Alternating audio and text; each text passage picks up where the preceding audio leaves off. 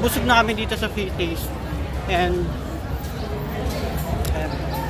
nararaos namin ng gamit ng free wifi ng Macau.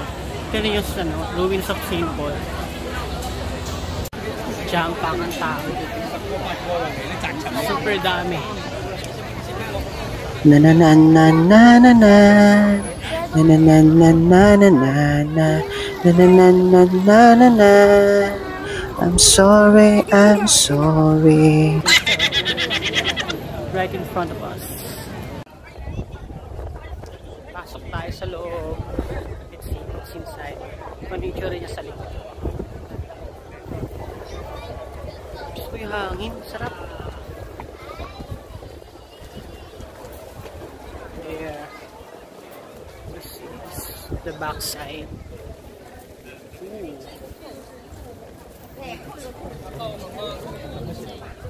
Ganyan lang.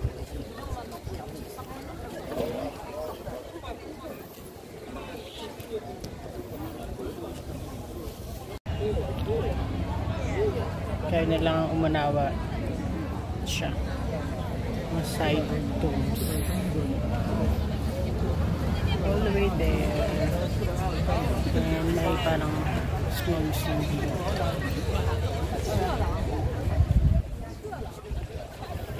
That's the back side. And from here dito sa ruins, tanaw yung Grand Lisboa. Yan. We are back here in Londoner, Venetian, and si Parisian. Tatawid kami. Bumalik na kami. Hindi na kami dumaan sa Grand Lisboa. Pero nadaanan naman siya ng bus. Ayan. Siya. Lakad lang kami ulit. Hindi na rin kami papasok doon sa Parisian, doon sa may 6th floor. Kasi may bayad siya na $80. Wala rin kasi kaming cash. So hanap-hanap na lang kami ng mga spots dito for photo ops. This is the main lobby of Parisian.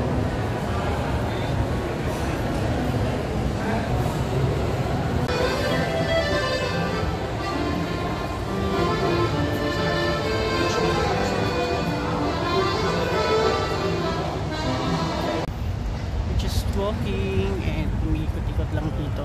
Kakatabi lang naman kasi siya. So tanong na taro mo talaga silang tatlo. Ngayon is nasa labas kami ng Venetian. Yes.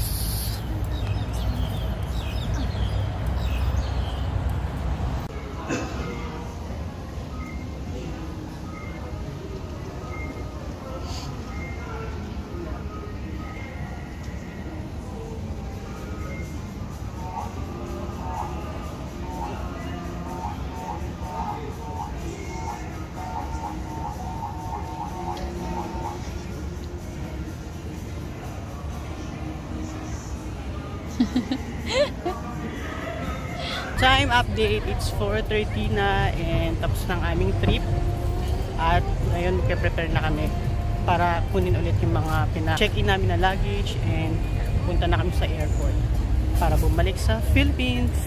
Thank you guys for watching. See you ulit.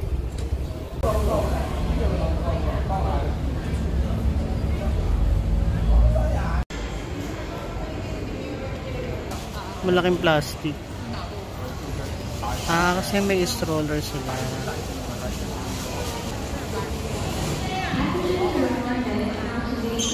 Doon na rin siya i-check in. Diyan na rin pala i-check in.